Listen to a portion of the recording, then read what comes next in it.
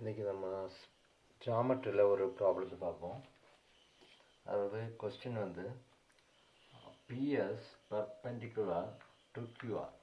PQR is the triangle. Okay. This PS intersect QR at S. S என்ற பாயிண்டில் intersect பண்ணுது. QS equal to 3SR.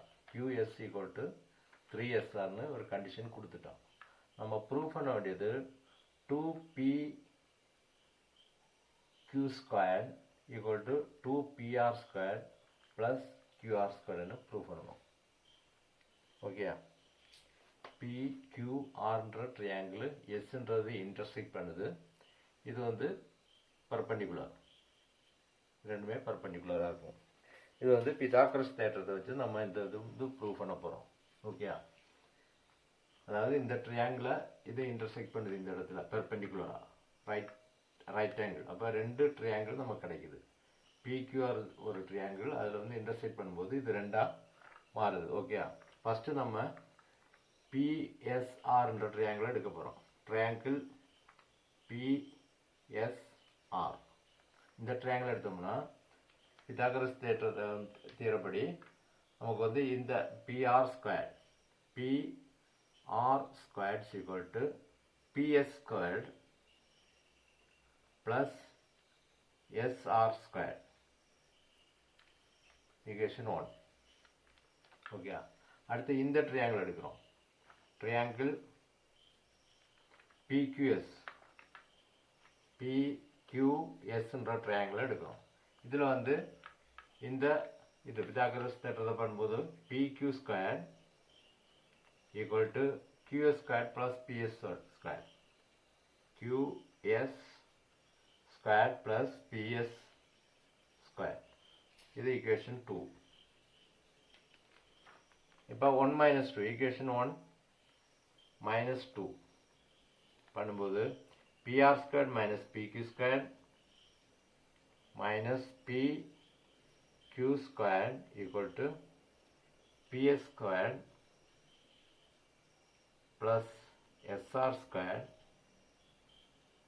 minus QS squared plus PS squared. Okay, PS squared minus PS squared இது உள்ள போயிடுச்சுன்னா minus ஆயிரும், ரெண்டு அடி ஆயிரும். அப்போ மிச்சம் எவ்வளோ வரும்? SR squared minus QS squared. இந்த பக்கத்தில் PR squared minus PQ squared. Okay, அப்போ SR squared minus QS squared. இப்போ நமக்கு ஒரு கண்டிஷன் கொடுத்துருக்கான். QS equal to 3SR. இந்த QSன்றது 3 SR. SR வந்து 3ஆக மல்டிப்ளை பண்ணால் தான் இந்த QS கிடைக்கும்.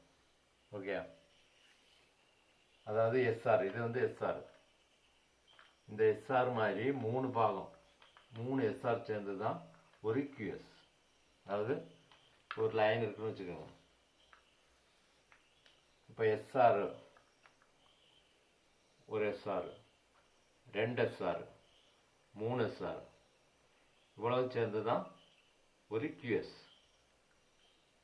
அதாவது 3SR that is equal to ஒரு QS. ஒரு QS வந்து 3 SR வரும்.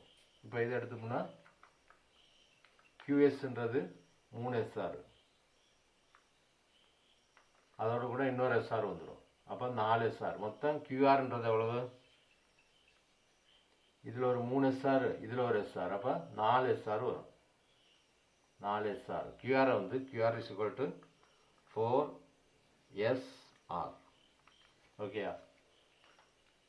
QR இந்த லெங்க்த்தில் வந்து QSன்றது 3 SR, இங்கே வந்து 3 SR ப்ளஸ் இங்கே ஒரு SR இருக்குல்ல, 3 1 4 SR தான் இந்த QR is equal to 4SR.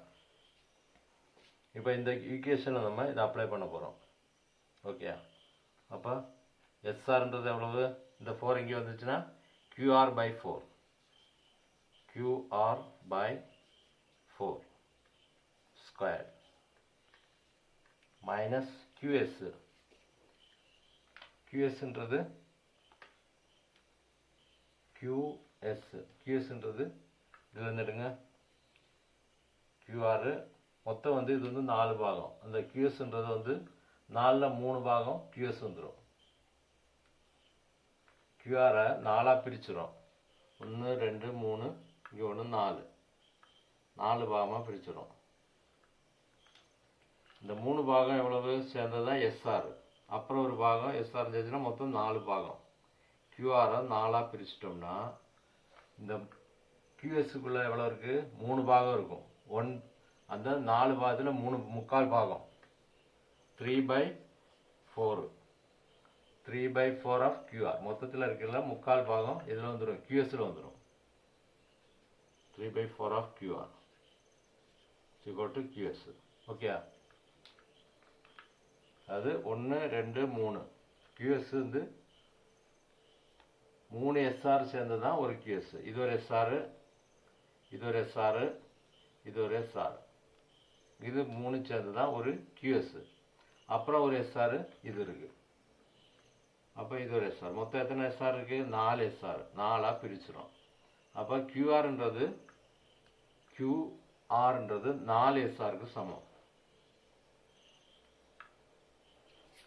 4 SR. Okay, அப்போ நமக்கு வந்து QSன்றது 3 SR. அப்போ 3/4 பாகம் 3/4 QR. 3/4 QR square. ஓகே, இப்போ மேலே வந்து QR ஸ்கொயர்டு by 16